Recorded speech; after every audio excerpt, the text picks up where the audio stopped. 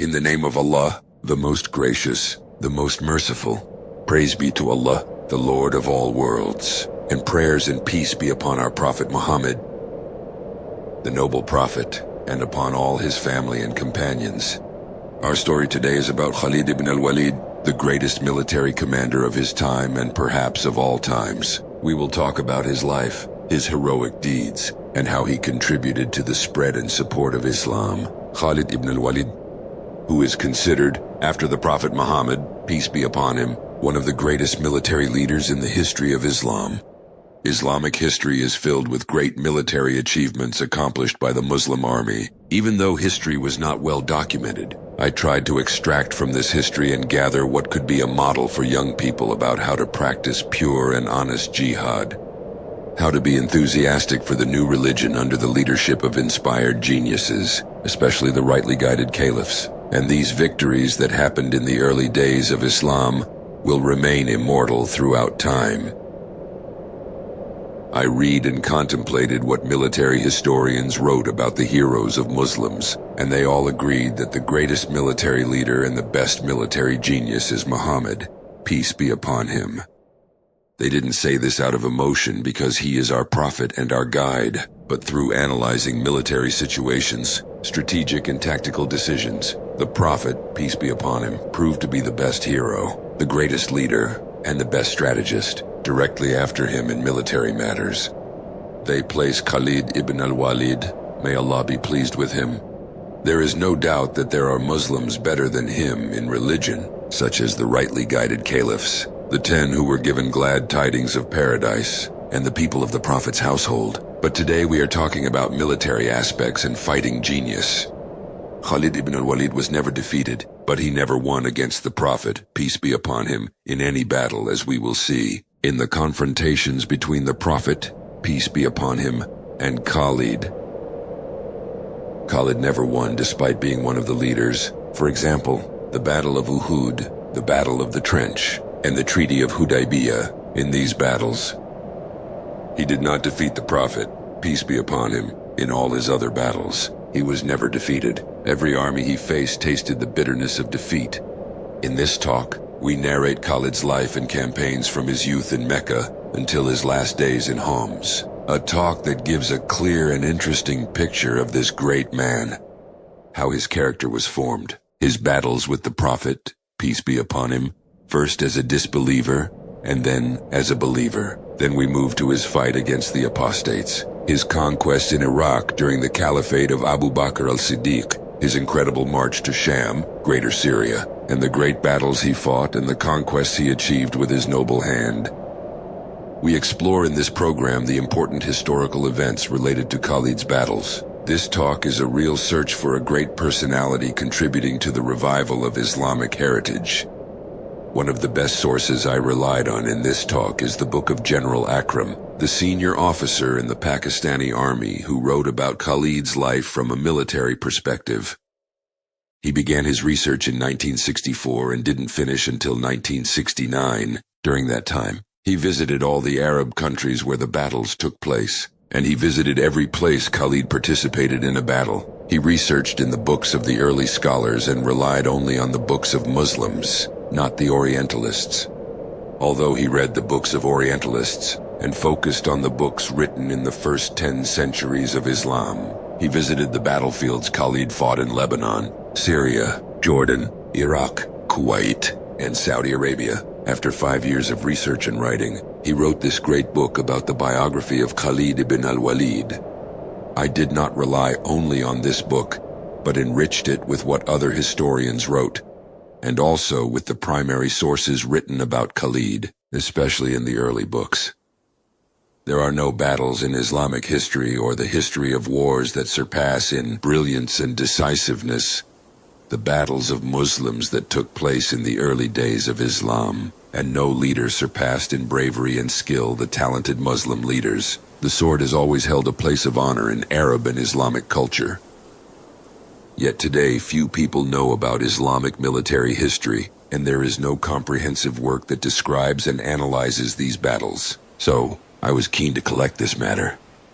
And even when General Akram wrote about Khalid, He included many stories and events not directly related to Khalid, but to the early days of Islam and its biography. I talked about this in the biography of the Prophet, peace be upon him, and the stories of the rightly guided caliphs. But now I will review with you and delve into a talk that may be interesting and educational for the generation about the meanings of jihad, honor, and dignity through the story of Khalid ibn al-Walid. We do not know exactly when Khalid was born, but many historians suggest that his birth was 25 years before the Prophet's migration, or 26 years. The Prophet, peace be upon him, migrated 13 years after his mission. So if Khalid was born 25 years before that, this means Khalid was born 12 years before the mission. That is, when the Prophet, peace be upon him, was 28 years old. And this is the age difference between him and the Prophet, peace be upon him. Khalid's mother is Lubaba bint al-Harith, from one of the noblest and largest Arab tribes. And she is the sister of Maymuna, the mother of the believers, the wife of the Prophet, peace be upon him, and the sister of Lubaba al-Kubra, the wife of Abbas ibn Abdul Muttalib, the uncle of the Prophet, peace be upon him. We cannot be sure if his mother Lubaba bint al-Harith converted to Islam or not, although some historians, as mentioned in Al-Isaba, suggest that she may have converted. I will talk about his father soon, but as was customary among the Arabs, shortly after his birth, Khalid was taken from his mother, as was customary among Quraysh families, and sent to one of the tribes in the desert, where he was handed over to a nurse to suckle and raise him. Where the pure desert air and the harshness of the desert founded the solidity, strength, and health Khalid enjoyed throughout his life. Khalid loved the desert and got used to living in it and its harshness. That's why we find this.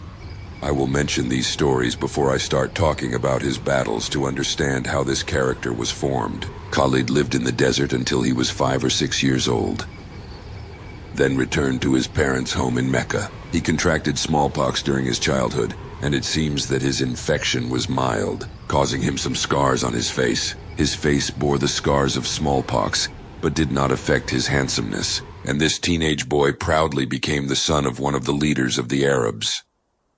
His father, Al-Walid ibn al-Mughira, was the leader of Banu Makhzum, one of the noblest families among the Arabs. He was nicknamed in Mecca as the Unique, because he was unique in his qualities, unique in his lineage, unique in his wealth and generosity. Khalid ibn al-Walid ibn al-Mughira ibn Abdullah ibn Umar ibn Makhzum, named after the tribal branch of Quraysh, Makhzumi. Therefore, Khalid ibn al-Walid al-Makhzumi, this branch of Quraysh, that includes Umar and many other companions, is originally from Quraysh. The three main branches that led Quraysh and the Arabs were Banu Hashim, which includes the Prophet, peace be upon him, Banu Abdal-Dar, which includes Banu Umayyah, and Banu Makhzum.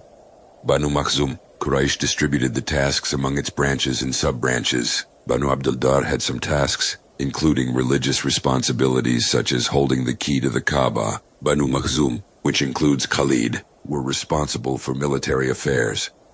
They were merchants and soldiers, and we want to understand the environment in which Khalid grew up. Al-Walid ibn al-Mughira was the greatest of these branches in nobility and wealth, and was their leader. In the Battle of Uhud, Khalid participated in the fighting and joined after the battle turned against the Muslims.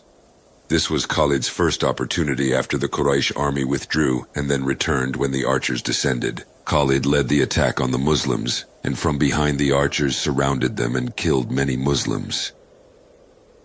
He wanted to show his pride, so he raced and ran, shouting words to show his victory, and he almost killed the Prophet, peace be upon him, in the Battle of Uhud if it weren't for Allah's protection.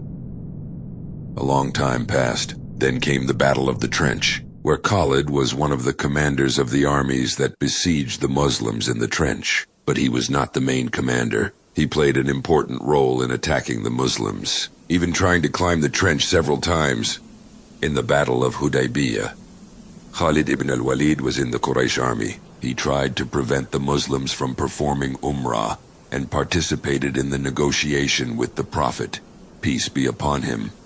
Then we come to after the Treaty of Hudaybiyah, where Khalid began to ponder Islam and its impact on the Arabs. After that, Khalid converted to Islam and became one of the most important leaders of the Muslims. He fought many battles after his conversion, such as the Battle of Mu'tah, which was the first battle he fought as a Muslim.